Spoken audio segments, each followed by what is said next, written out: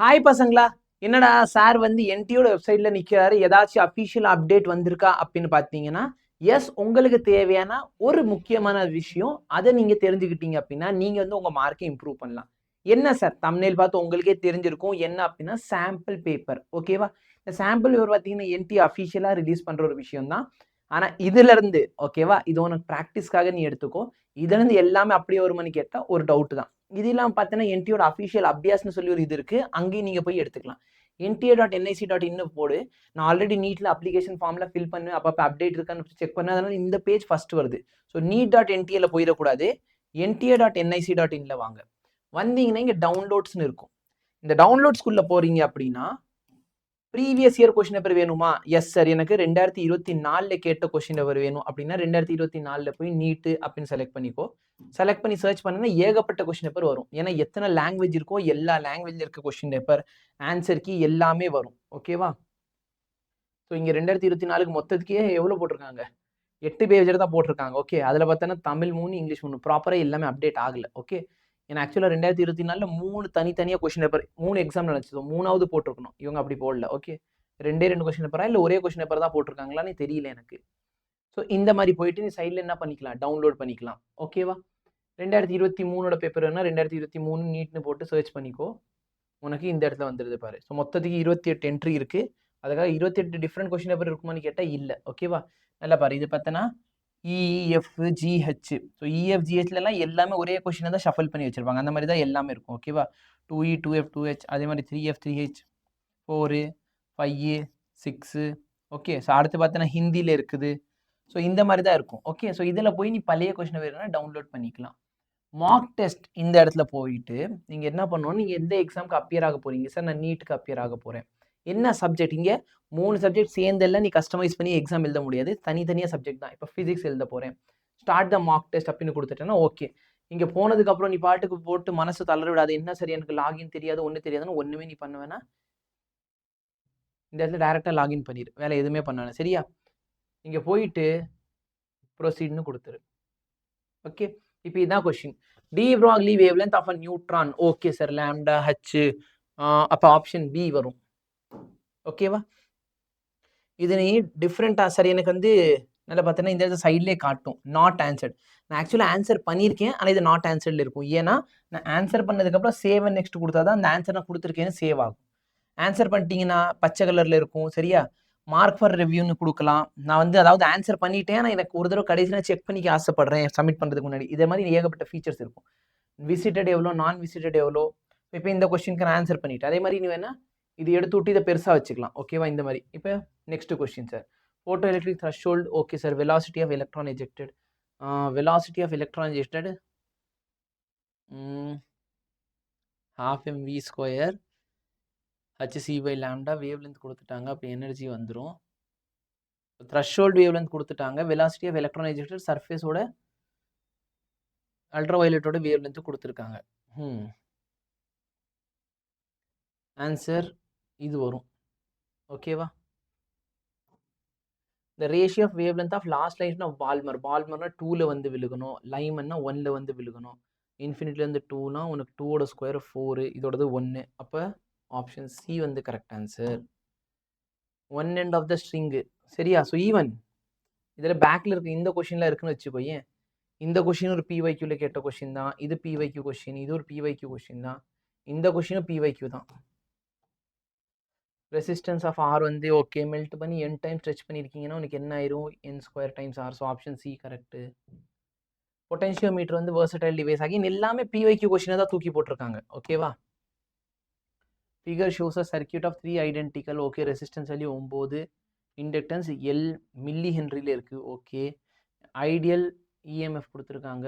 Current ஸ்விட்சை open பண்ண உடனே இவன் சார்ஜ் ஆக ஆரம்பிச்சோம். ஸோ பிளாக் ஆயிரும். இங்கே கரண்ட் வராது, இங்கே வராது. So 9 2 answer. ஆப்ஷன் சி வந்து ஆன்சர். இந்த electromagnetic wave of free space RMS value வந்து இவ்வளோ. அகைன் எனக்கு தெரிஞ்சு இது பிவைக்யூ கொஸ்டின் தான்.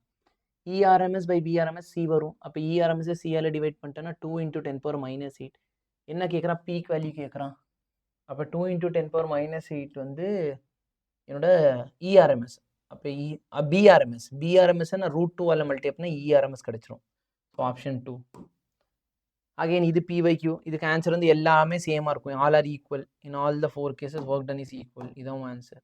Capacity charge by battery then remove and other identical is discharge. Okay, அப்போ எனர்ஜி என்ன? ஃபர்ஸ்ட் கேஸில் ½ CV ஸ்கொயர் இருக்கும், செகண்ட் கேஸில் ½ C1 C2 divide by C1 + C2 அப்போ 2 டைம்ஸ். அப்போ முன்னாடி விட 50% குறையுது. So decrease by factor of 2 உனக்கு கரெக்ட் ஆன்சராக இருக்கும்.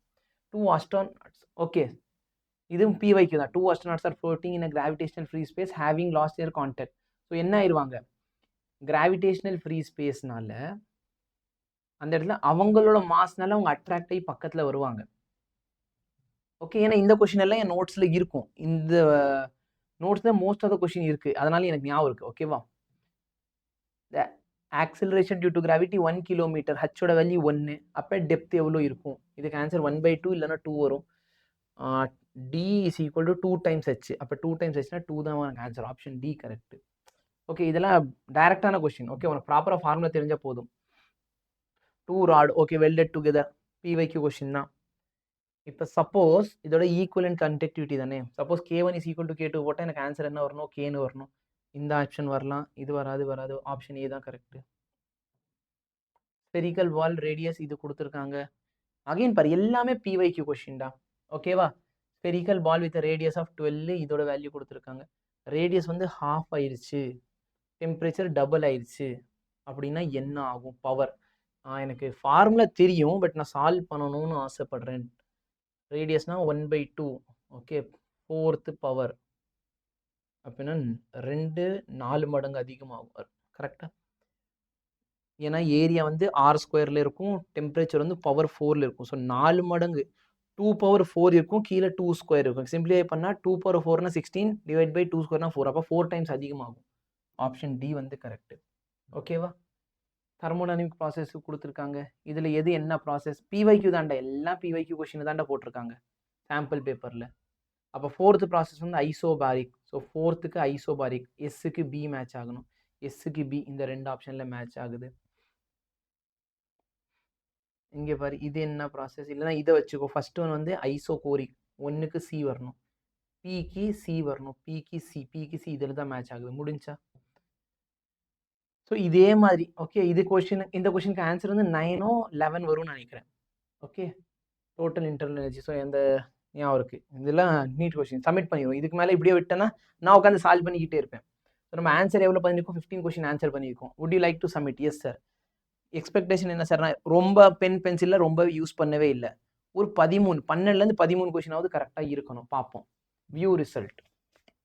ஆஹாஹா, 15ல் 15 கொஸ்டினும் கரெக்ட். புரியுதா?